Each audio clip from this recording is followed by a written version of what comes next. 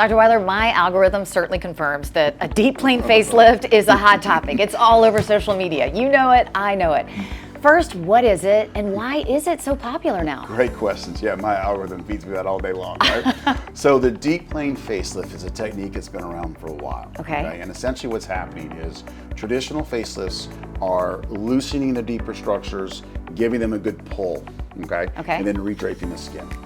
With a deep plane facelift, we are going beneath the deeper structures. We are opening those deeper structures and we're removing or cleaning out, debulking those structures.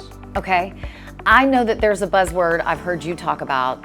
It's SMAS, and it seems to be very important for deep plane. Can you just tell us in layman's terms, what is that and why is it important to the procedure? So for years, we've been going beneath the skin. We grab that SMAS layer.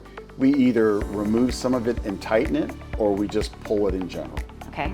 With the deep plane, we're going beneath the SMAS.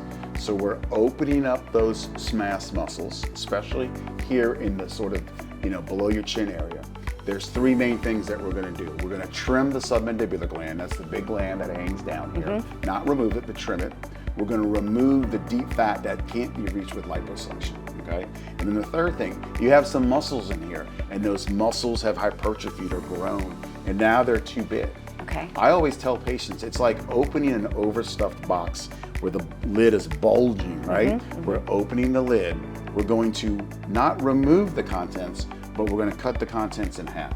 Okay. We're gonna reposition them, and then we're gonna close the box nice and tight. So instead of this bulge on top of the box, you're getting that chiseled edge. And that's where that jawline is, that chiseled edge of the box. That's where it comes from.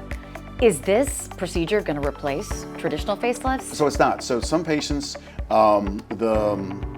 Jenner, right? Chris, right? Yeah. Okay, so she had a SMAS only, okay? And there's some debate about whether she's happier now.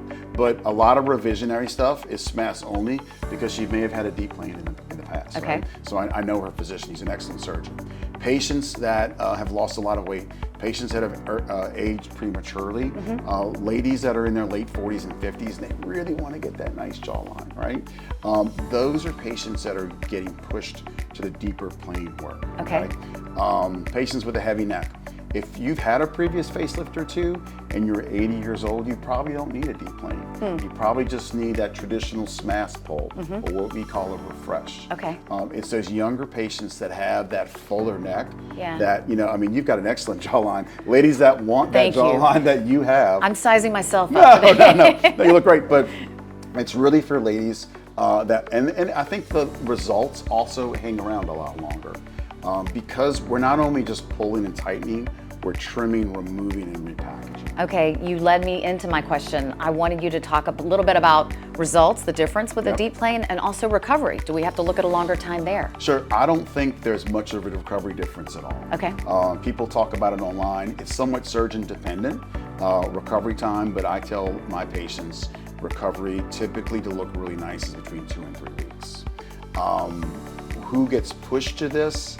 Why are we doing it? Like I said, it's more for those patients that are seeking, it's not gonna change your appearance, it's just gonna give you that more dramatic results. And I think in these times, as technologies get better, we advance surgically, these results or these techniques are now very safe.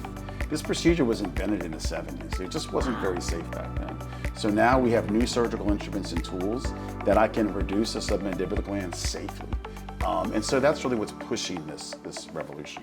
Well, all that to say, the all-important first step is a consultation, right? Come on in.